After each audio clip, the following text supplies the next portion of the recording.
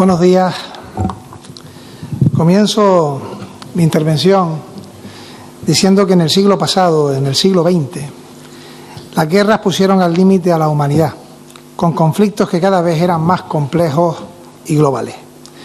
Después de la Segunda Guerra Mundial, muchísimas ciudades de todo el mundo quedaron destruidas y sus poblaciones enormemente mermadas. Además, desde Londres hasta Hiroshima se perdió un valioso legado artístico. Pero no solo hubo conflictos en Europa y en Asia, también lo hubo en América o en África. En todos ellos desaparecieron obras de arte, edificios, monumentos históricos y espacios públicos que después tuvieron que ser reconstruidos. A pesar de cargar a sus espaldas un viejo cansancio, esos espacios pudieron renacer. Las ciudades se replanificaron de manera que crecieron de nuevo urbanística y arquitectónicamente, y sin perder su identidad se transformaron pensando en el futuro.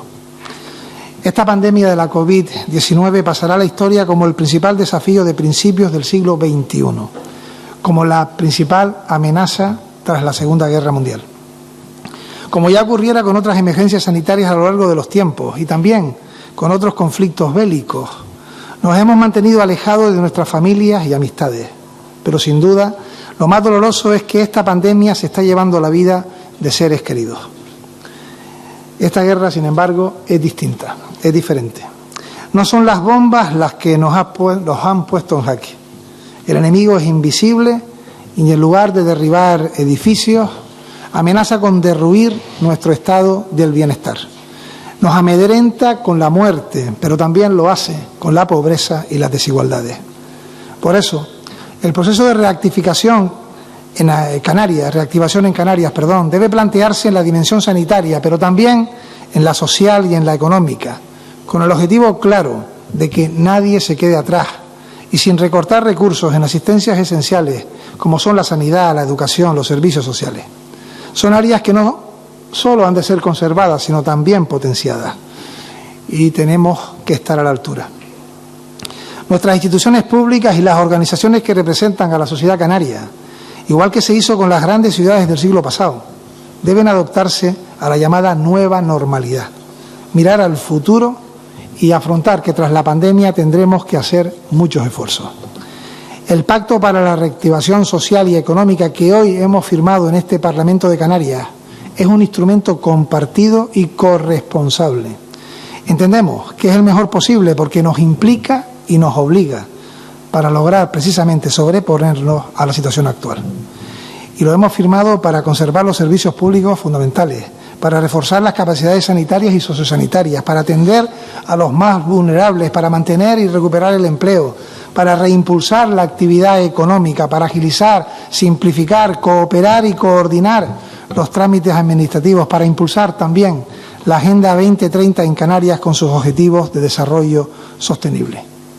Son estos los 7 ejes fundamentales de este Pacto de Canarias que nace de una acción colectiva, del consenso y de todos los que han participado en su negociación. Portavoces, integrantes de grupos políticos, sindicatos, patronales, cabildos, ayuntamientos, colegios de trabajadores sociales, colectivos del tercer sector, cámaras de comercio e incluso otros que han hecho aportaciones desde fuera. Este pacto, impulsado desde Canarias, compromete a los que lo han firmado a defender su contenido y defender también nuestras singularidades en todos los ámbitos posibles, a nivel estatal y también europeo, a través de los representantes públicos en las Cortes Generales y en las instituciones comunitarias, y por medio también de la capacidad que tienen los empresarios, los sindicatos y todas las organizaciones canarias que se comprometen en la reactivación de nuestra tierra. Canarias es, objetivamente, la comunidad autónoma más afectada por la pandemia en el ámbito económico, porque la COVID-19 ha golpeado nuestro principal sector productivo, el turismo, y además lo ha hecho en el peor momento, en temporada alta. Del turismo depende el 40% de los trabajadores de las islas, y el sector servicios en general representa el 60% de todo el empleo en Canarias. Por eso, ha sido determinante la puesta en marcha de los expedientes reguladores temporales de empleo por causa de fuerza mayor. La apuesta ha sido necesaria para mantener la relación entre empleado y empleador, para no romper el vínculo contractual. Roto ese vínculo, lo que queda es el paro. Y con el paro, la angustia de no saber si volverás a tener una oportunidad. Si no fuera por esos ERTE, hoy estaríamos hablando en Canarias de cifras de desempleo espeluznantes. El Pacto de Canarias que hoy firmamos nos compromete a articular acciones con la demanda y colaboración del Gobierno central para usar nuestras administraciones públicas, las Canarias, los remanentes, los superávits, transferencias precisas para preservar el estado del bienestar y para recuperar los distintos sectores productivos, entre ellos capital por lo que aporta a nuestro PIB el turismo. En turismo, el archipiélago cuenta con un documento base, Canarias Fortaleza, para afrontar esta crisis a partir de datos, con análisis profundo, serio, que nos indique cómo actuar para salir reforzados y con medidas. No olvidemos que además de ser uno de los destinos más bellos, de más calidad en el servicio y con las mejores infraestructuras del mundo, Canarias hoy ofrece algo muy importante, también en el turismo, y eso es quizás la principal medida, la más atractiva. Hablo de la máxima seguridad sanitaria. Junto a ella, otras vinculadas precisamente a la promoción de nuestros productos turísticos, a la rehabilitación de espacios hoteleros, comerciales, de uso público, al impulso de la digitalización en el sector. También la cultura, como generadora de economía, la creación artística, la audiovisual, el patrimonio histórico y cultural deben potenciarse y son parte relevante de este documento. En el sector privado se proponen medidas para dotar de liquidez a las empresas, agilizando las subvenciones y desarrollando programas de compensación para aquellas compañías que, por ejemplo, el transporte, han operado durante esta etapa en condiciones muy desfavorables.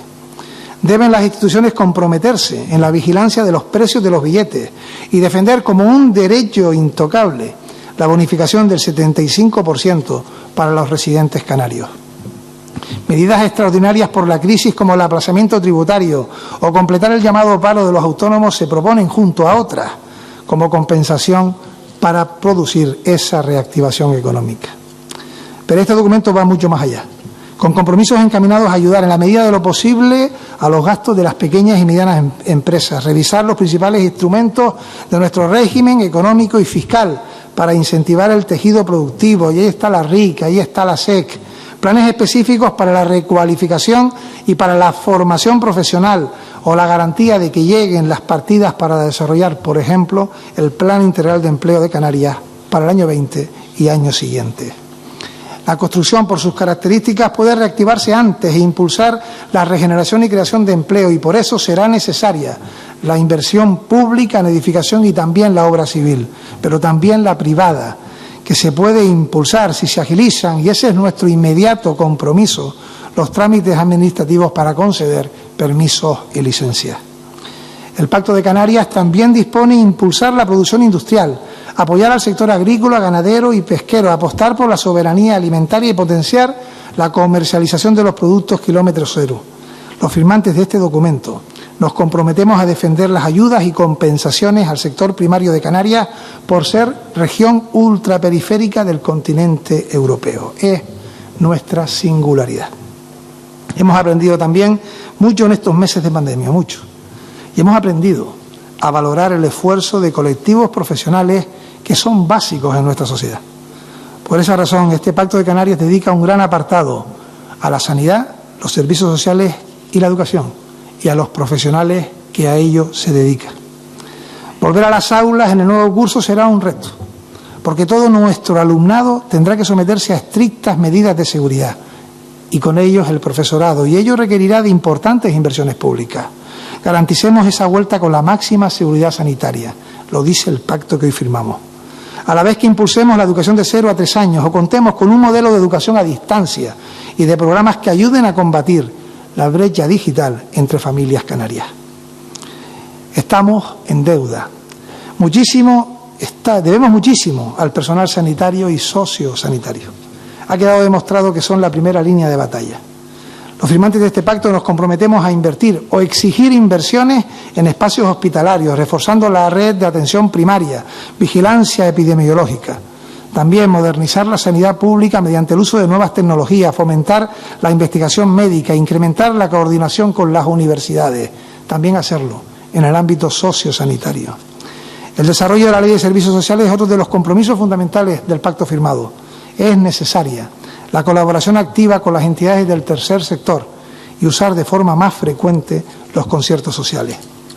Canarias, en el ámbito social, se enfrenta a momentos ciertamente difíciles. Somos una comunidad autónoma donde la pobreza ya era estructural antes de la crisis sanitaria.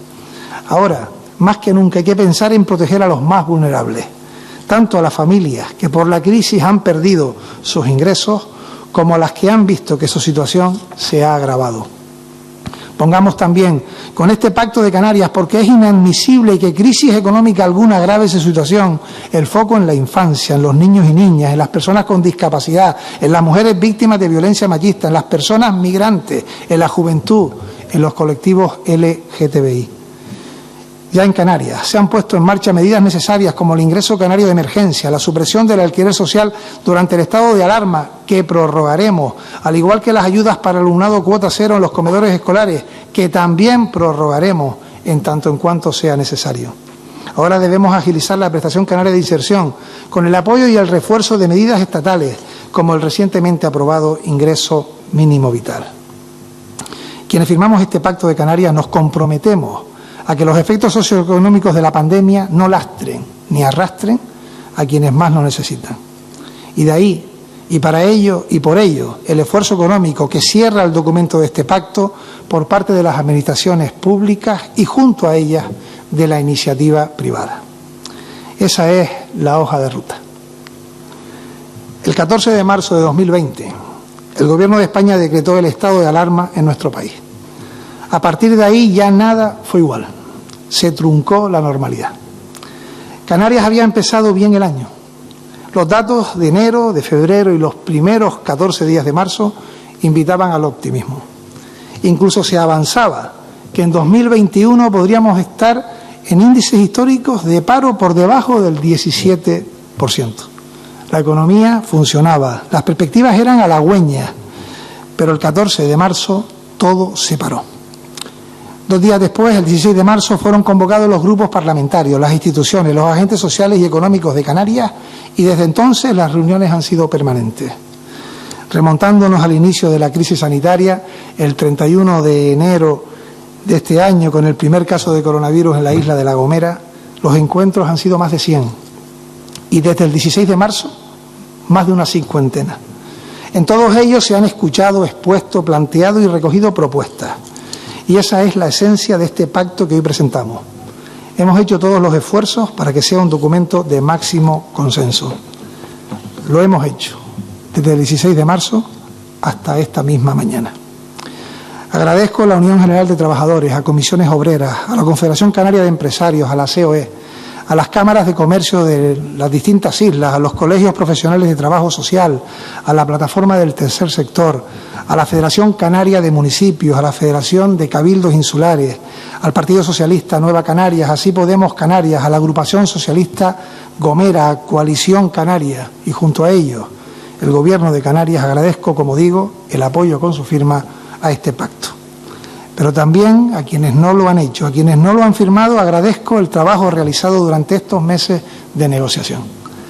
Todo pacto implica renuncias y generosidad. Todo pacto implica abandonar posturas individuales y acordar propuestas colectivas por el bien común. Cualquier pacto siempre es un paso adelante. Pactar nunca es una debilidad. Sinceramente creo que es una fortaleza. Y creo además que en estos momentos es una necesidad. Seguiremos tendiendo la mano y, con independencia de que se firme o no, creo con sinceridad que este pacto de hoy es, en su esencia, un pacto de todos.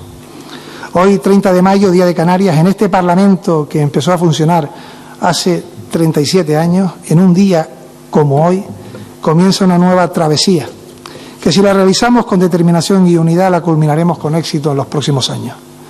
Creo que es eso lo que esperan las mujeres y los hombres de Canarias, que demos una respuesta firme desde una postura común, coordinada, efectiva y, sí, crítica también.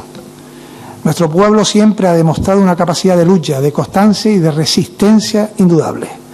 Nos vamos a adaptar a la nueva situación, pero dejémoslo claro, no dejaremos que la COVID-19 derribe los cimientos de nuestro estado del bienestar. Sobre estos cimientos, tal y como hicieron en sus momentos las ciudades destruidas por las guerras, nosotros sabremos reconstruirnos. Canarias sabrá reactivarse, nos reactivaremos. Este es el Pacto de Canarias. Enhorabuena, gracias a todos y todas por su compromiso y a quienes están aquí y quienes nos siguen también a través de los medios de comunicación. Hoy es nuestro día grande. Feliz Día de Canarias.